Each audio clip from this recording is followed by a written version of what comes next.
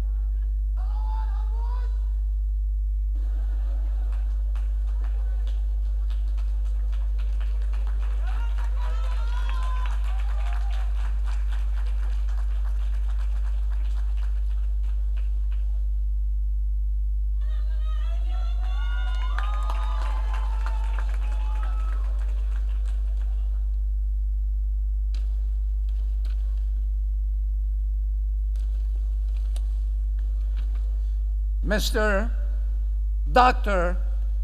Fؤاد مخزومي.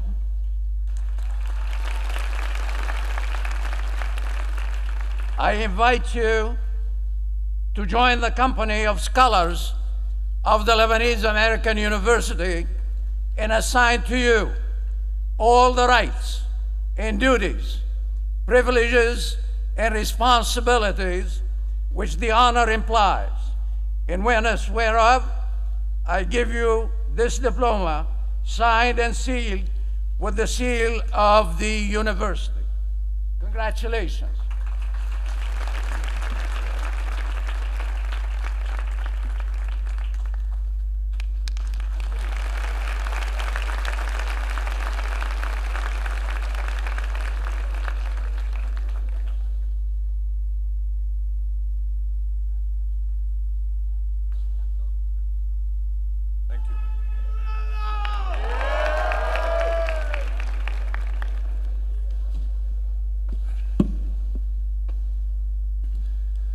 Thank you.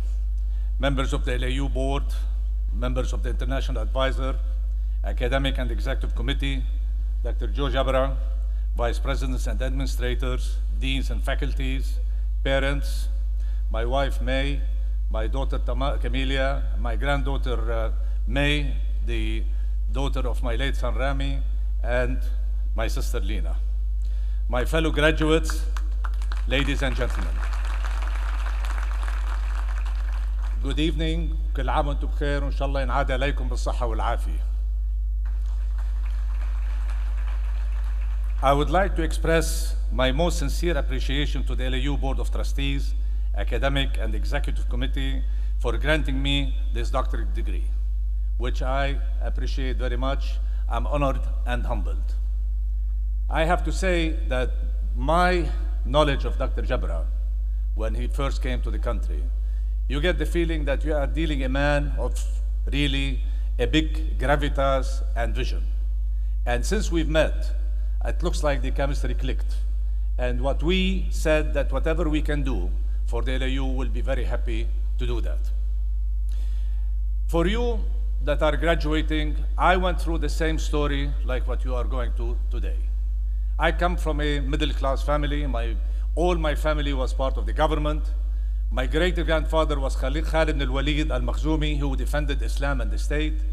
And my uncle, Fؤاد Mخزومي, who I was named after him, sacrificed his life on the 13th of November, 1943, when we were defending for the liberty of Lebanon and the independence that happened 10 days later.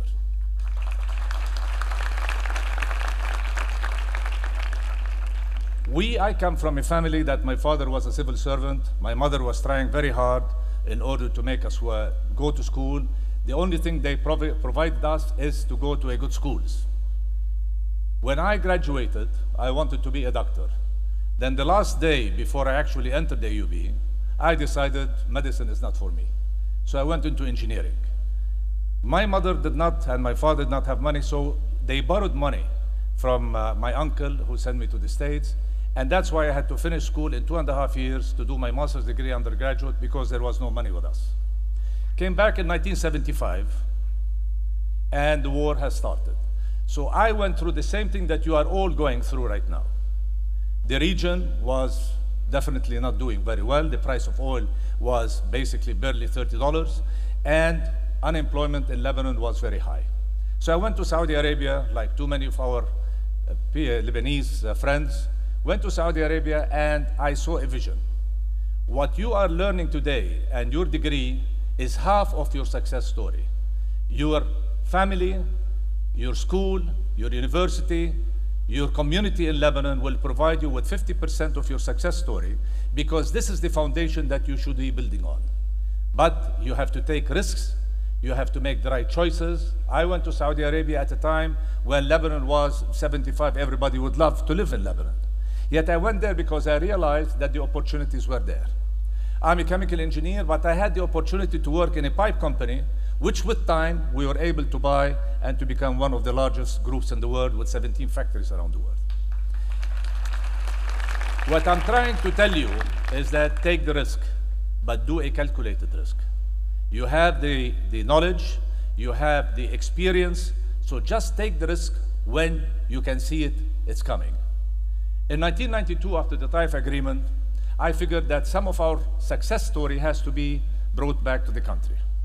So what we did is that I came back, I started the Future Security Company, which has 1,000 employees today. The idea was to bring these young men and women, to take them from the streets and to try to give them some uniform and some kind of stability and dignity in their life.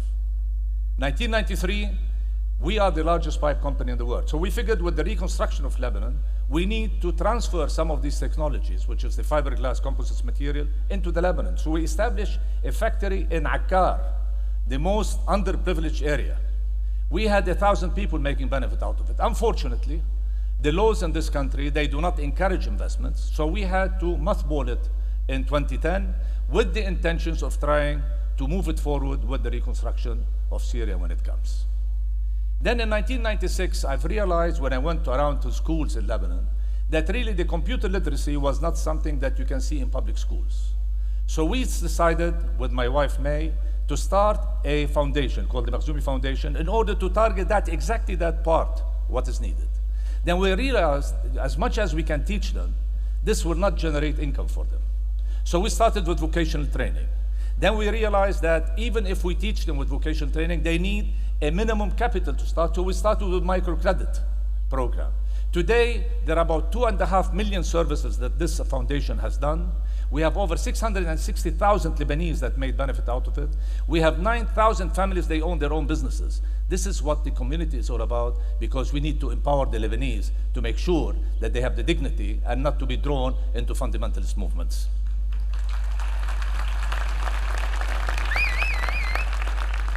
Then we've realized that this is not even enough, because at the end of the day, we have a future. Today, we graduate 35,000 Lebanese. We barely can find between 8,000 to 9,000 jobs for them. So every year, we're adding close to 20,000 people that are unemployed because our economy, our infrastructure does not handle all of this. But remember, we have wealth in the sea. We have the oil and gas, which is our Forum for National Dialogue. What we have done, we are starting now a campaign for you, the young men and women of this country, to make sure that this is your future, this is your wealth. Make sure that you protect it by forcing transparency and forcing regulations that's going to protect you. The idea is not to allow politicians to try to take them away from you. This is your future, and you have to defend it. As far as the business is concerned, we today operate in 17 countries around the world. We believe that making money out of a country is not good enough. You have to make sure that the people that you're working with in the community feels that it is your right because you're giving him something in return. That's why my late son Rami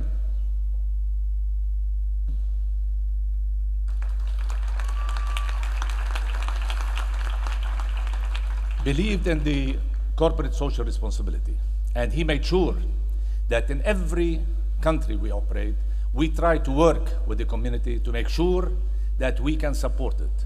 It varies in different things. In Lebanon, because of our involvement, it becomes, all the functions is there, but in other countries, we work with the Boy Scouts, we work with the community. In Jakarta, we work with the local community, with the mosques and all of that. We need to show the people that their concern is exactly what we believe in. Because at the end of the day, it is not important to make money. It's important to try to reinvest into your community to feel that these people are all with us.